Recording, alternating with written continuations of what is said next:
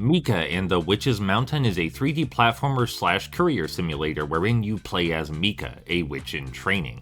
It's a coming-of-age story about the trials of childhood and the importance of keeping your innocent soul alive when confronted with the crushing weight of industry, so that you might spread beauty and joy to those around you. Mika doesn't just deliver packages, she acts as the connective tissue between the citizens of her small island, gradually helping them to overcome their personal and interpersonal conflicts. In other words, the game desperately wants to be wholesome, thoughtful, and inspiring, but it sorely lacks substance. Most of the dialogue is superficial exposition which only exists to inform you of your objectives and the character's traits in the most ham-fisted fashion possible.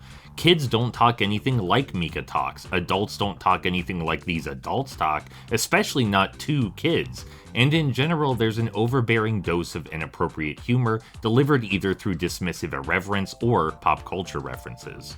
So yeah, the writing is probably the worst part. Every citizen you meet not only has crazy, over-the-top, obnoxiously amplified quirks, but they justify those quirks openly. It's impossible not to immediately understand why everyone feels the way they do as soon as you meet them. They're transparent, their struggles are shallow, and again, no one talks like this. The themes, moral conflicts, and relationships all hit like a hammer, delivered without an ounce of subtlety or grace. It's like watching folks act out a comedy soap opera in a Discord server. And if you're thinking my standards are simply too high, I scoff at the notion. Kids media is the most important media for portraying sensible human interaction, because the stuff kids consume teaches them what to expect in the world around them.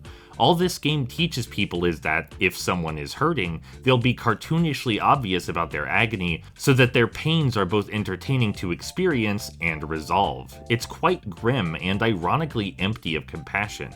It feels like this game is afraid that if it portrayed actual strife in a respectful capacity, you might be turned off and go play something more cheery.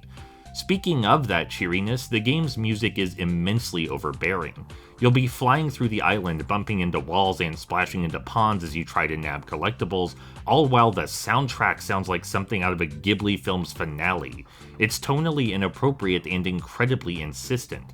It wants you to feel these strong emotions of innocence and exploration, but isn't interested in earning them. All that leaves is the gameplay, which is arguably the most important aspect. And, well, it's a mixed bag for sure.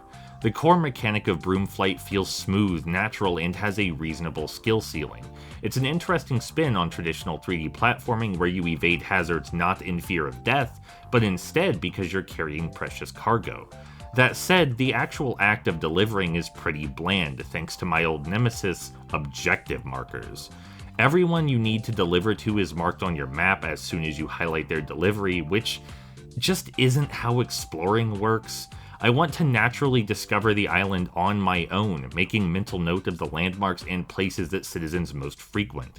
In a game like this, the island should have its own character, and navigating it should feel exciting and adventurous. I know I've been harsh here, but everything Mika tries has been done in a more interesting, more compelling capacity by other media.